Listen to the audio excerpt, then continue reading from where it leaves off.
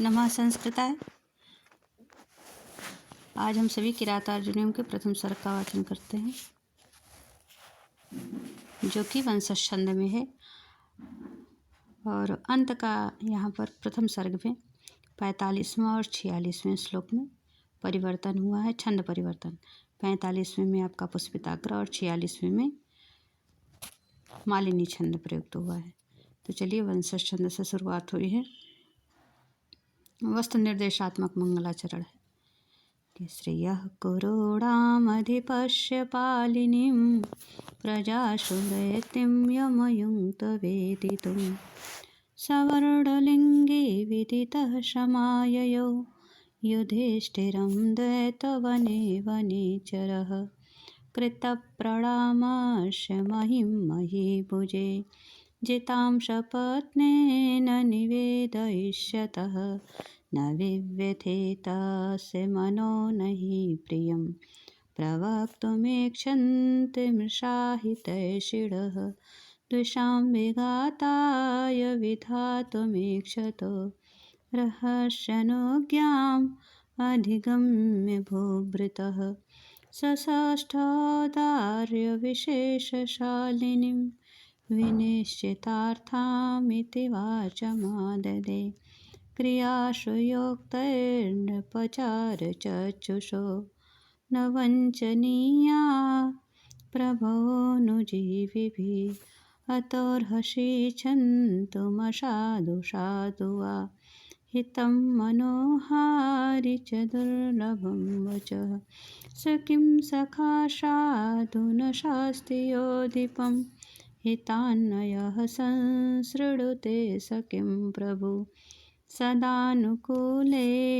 हि कुर्वते रतिं नृपेशमातेषु च सर्वसम्पदः निसर्गदुर्बोधमबोधविक्लवा क्व भूपतीनां चरितं क्व जन्तवः तवानुभावोऽयं वेदीयन्मया निगूढतत्त्वं नयवर्त्मविद्विषां गूढतत्त्वं नयवर्त्मविद्विषां कृता विशङ्कमानो भवतः पराभवं नृपासनस्थोऽपि वनादिवासिनः दुरोधरश्चात्मजितां समीहते नयेन जेतुं जगतिं सुयोधनः तथापि जिहिमः स भवज्जिगीषया तनोति शुभ्रं गुणसम्पदायशः समुन्नयन् भूतिमनार्यसङ्गमात् वरं विरोधोऽपि समं महात्मभिः कृतारिषड्वर्गजयेन मानवीम् अगम्य रूपां पदवीं प्रपेशुना विभज्य नक्तं देवमस्ततन्द्रडा वितन्यते तेन नयेन पौरुषं सखीनिव प्रीतियुजोऽनुजीविनः समानमानां सुहृदश्च बन्धुभिः ससन्ततं दर्शयते गतस्मयः कृताधिपत्यामिव साधुबन्धुताम् अशक्तमाराधयतो यथा यथं विभज्य भक्त्या समपक्षपातया गुणानुरागादिव सख्यमीवान् न बाधते शत्रुगणः परस्परं निरत्यं सामनदानवर्जितं न भूरिदानं विरहय सत्क्रियां प्रवर्तते तस्य विशेषशालिनीं गुणानुरोधेन विना न सत्क्रिया वसूनिवाञ्छन्यवसूनिवना स्वधर्म इत्येव निवृत्तकारणः गुरुपदिष्टेन रिपोषु तेऽपि वा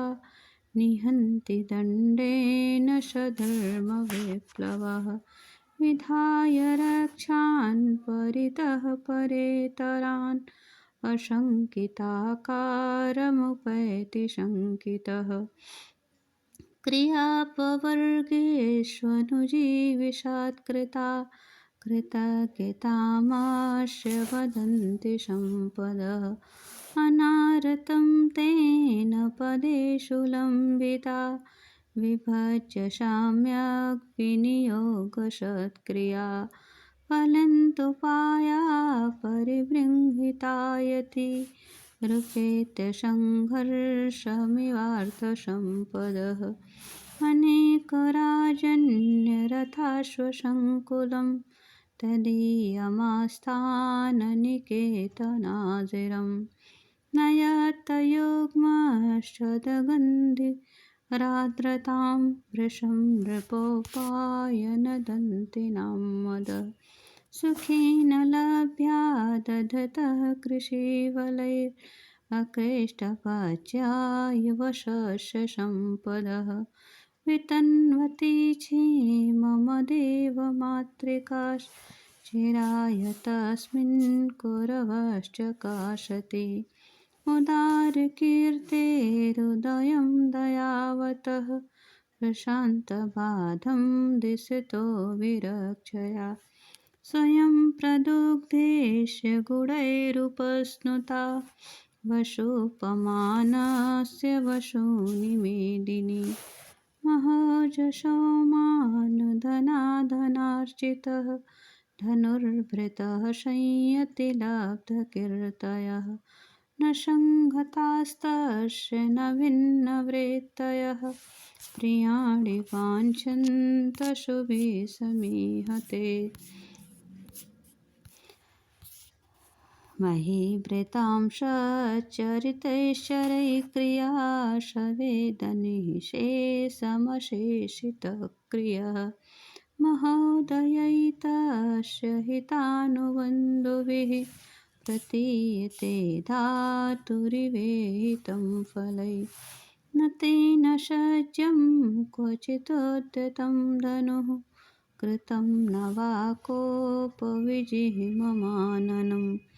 गुणानुरागेण शिरोभिरुह्यते नराधिपैर्माल्यमिवास्य शासनं स यौवराज्येन वयौवनोद्धतं निधाय दुःशासनमेतशासनं मखे स्वखिन्नोऽनुमतः पुरोधशा धिनोति हव्येन हिरण्यरेतसम् प्रलीनभूपालमपि स्थिरायति प्रशासदावारिधिमण्डलं भुवः सचिन्तयत्येव भियस्त्वदेश्यतिरहो दुरन्ता बलवद्विरोधिता कथाप्रसङ्गेन जनैरुदाहृतात् अनुस्मृता खण्डलशोऽनुविक्रमः तवाभिधानाद्व्यथतेन ताननः सदुःसहान् मन्त्रपदादिवोरगः तदाशु कर्तुं त्वयि जिह्मोद्धते विधीयतां तत्र विधेयमुत्तरं परप्रणीतानि वचांसि चिन्वतां प्रवृत्तिसारा खलु मादृशां गिरः इति रयित्वा गिरिमात्तसत्क्रिये गतेऽथ पत्यौ वनसन्निवासिनां प्रविश्य कृष्णासदनं महीभुजा तदा चचे अनुजसन्निधौ वचः जतौ तु वंशस्तमुदीरितं जरौ निशम्य सिद्धिं दृशतामपाकृते ततस्ततस्या विनियन्तुमक्षमा नृपस्य मन्यो व्यवसाय द्विपिनिर्हृदा जहार द्रुपदात्मजा गिरः भवादृशेषु प्रमदाजनोदितं भवत्यधीक्षेपैवानुशासनं तथापि वक्तुं व्यवसाययन्ति मां निरस्तनारी समया दुरादयः अखण्डमाखण्डलतुल्यधामभिश्चिरं धृता भूपतिविश्ववंशजै त्वयात्महस्तेन महीमदच्युता मतङ्गजेन सृगिवापवर्जिता व्रजन्ति ते मूढधियः पराभवं भवन्ति मायाविषुवेन मायिनः प्रविश्य हि घ्नन्ति शठास्तथा विधान्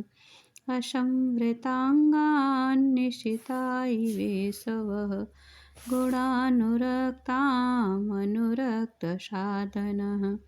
कुलाभिमानी कुलजां नराधिपः परैस्त्वदन्यः कैवापहारयेत् मनोरमामात्मवधूमिव श्रिय भवन्तमेतर्हि मनस्विगर्हिते विवर्तमानं नरदेववर्त्मनि कथं न मन्युर्ज्वलयत्तुदीरितः शमितरुं शुष्कमिवाग्न्युत्सिखः अबन्ध्यकोपस्य विहन्तुरापदां भवन्ति वश्या स्वयमेव देहिनः अमर्षशून्येन जनस्य जन्तुना न जातहार्देन न विद्विषादरः न जातहार्देन न विद्विषादरः जतौ तु वंशस्थमुदीरितं जयौ परिभ्रमन् लोहितचन्दनोचितः पदातिरन्तर्गिरिरेणुरूषितः महारथः सत्यधनस्य मानसं दुनोति नो कच्चिदयं वृकोदरः विजितयः प्राच्यमयच्छोत्तरान् कुरु न कोऽप्यं वसुवासोपमः सवल्कवासांसि तवाधुना हरन् करोति मन्युं न कथं धनञ्जयः वनान्तशय्या कठिनीकृताकृति कचाचितो विश्वगिवा गजौ गजौ कथं त्वमेतौ धृतिसंयमौ यमौ विलोकयन्नुत्सहसेन बाधितुम् इमामहं वेद न तावकीदियं विचित्ररूपा खलु चित्तवृत्तयः विचिन्तयन्त्या भवदापदं परां रुजन्ति चेतः वृषभं ममादयः पुराधिरूढः शयनं महाधनं विबोध्य श्रेयस्तुतिगीतमङ्गलैः अदभ्रदर्भामधिशय्य सस्थलीं जहासि निद्रामशिवै शिवारुतैः पुरोपनीतं नृपरामणीयकं द्विजातिशेषेण यदेतदन्धसा तदद्यते वन्यफलाशिनः परं परैति कार्श्यं यशसा समं वपु अनारतं यौ मणिपीठसायिनौ अरञ्जयद्राजशिरस्रजां व्रजः निषीदतस्तौ चरणौ वनेषु ते मृगद्विजालो न शिखेषु बर्हितां यतौ तु वंशस्थमुदीरितं जरौ दुषन्निमित्ताय धियं दशा ततः समूलमुन्मूलयतीव मे मनः परैर्पर्याश्रितवीर्यसम्पदां पराभवोपुत्सव एव मानिनां विहाय शान्तिं नृपधाम तत्पुनः प्रसीद सन्धेहि वधाय विद्वेषां व्रजन्ति शत्रून् वधूय निःस्पृहा समेन सिद्धिं मुनयो न बुभृत पुरः शराधामवतां यशोधना सुदुःसहं प्राप्य निकारमीदृशं भवादृशाश्चेदधिकुर्वते रतिं निराश्रया हन्तु हता मनश्रिता अथ क्षमामेव निरस्तविक्रमः चिराय तस्मिन् चिराय पर्येषि सुखस्य साधनं विहाय लक्ष्मीपतिलक्ष्मकार्मुकं जटाधरः सञ्जुहुधिह पावकं न समयपरिरक्षणं क्षमं ते नृकिति परेषु भूरिधाम्नः